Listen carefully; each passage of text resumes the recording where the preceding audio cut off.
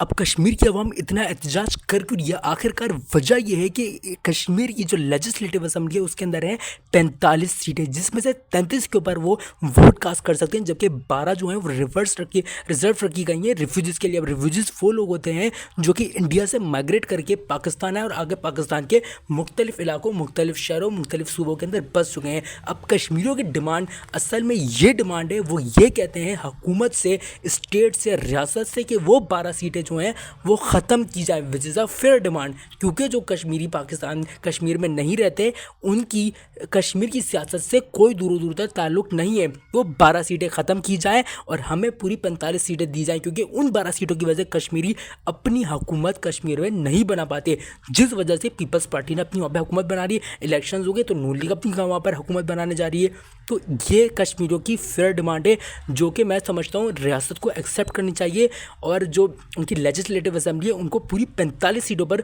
खुल के खेलने का मौका दिया जाना चाहिए। अब कश्मीरी इस बात के ऊपर काफ़ी वहाँ पर एहतजाज हो रहा है, वहाँ पर सिग्नल्स बंद हो चुके हैं, वहाँ पर सोशल मीडिया, इंटरनेट सब कुछ वहाँ पर बंद हो चुका है, जो कि बहुत गलत है। वहाँ पर ज़िंदगी जो है वो अजीरन हो चुकी है। हमारे भाई, हमारे नौजवान, हमारी माएँ, हमारे बहनें वहाँ पर रहते हैं, तो वहाँ पर हालात ख़राब हो रहे हैं। अब ये स्टेटमेंट पुलिस की तरफ से, फोर्सेस की तरफ से ये स्टेटमेंट आ रही है कि पहली जो गोली है वो कश्मीरियों की जानिब से चलाई गई, जबकि कश्मीरियों की अवाम जॉइंट कमेटी जो पार्टी है वो ये क्लेम कर रही है कि पहले गोली फोर्सेस की तरफ से चलाई गई। इसका फिलहाल फैसला नहीं किया जा सकता, क्योंकि हमारे पास करंटली कोई प्रूफ नहीं है, वहाँ पर कोई इन्वेस्टिगेटिव जर्नलिस्ट वहाँ पर मौजूद नहीं है जो कि कलर ऑथेंटिक और क्रेडिबल किस्म की न्यूज़ प्रोवाइड करें। असल में मसला ये है कि जब तक उनको सीट नहीं जाएंगी वो वहाँ पर अपना एहतजाज ख़त्म नहीं करेंगी, जबकि हुकूमत ये कहती है कि वहाँ पर कश्मीरियों के लिए पाकिस्तान की आम आवाम से ज़्यादा सस्ता उन्हें आटा मिलता है, सस्ती बिजली मिलती है, जबकि वो पाकिस्तान के अंदर अपनी प्लॉट्स वगैरह खरीद सकते हैं। जबकि पाकिस्तान में जो कोई कश्मीर में जाकर खरीदेगा तो वहाँ पर उनके लिए मसला आएगा। तो ये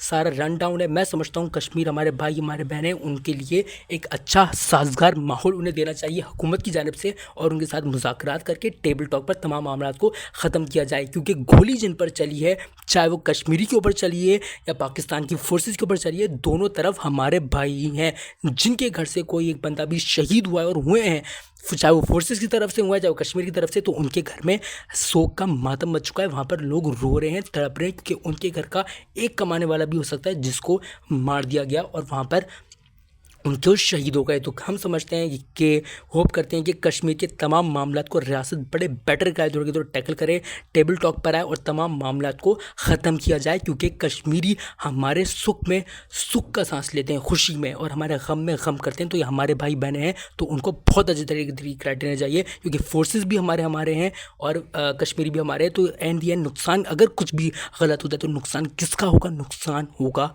मुसलमान का, पाकिस्तान का। तो इन तमाम चीज़ों को टैकल करना चाहिए सिचुएशन को। Thank you so much.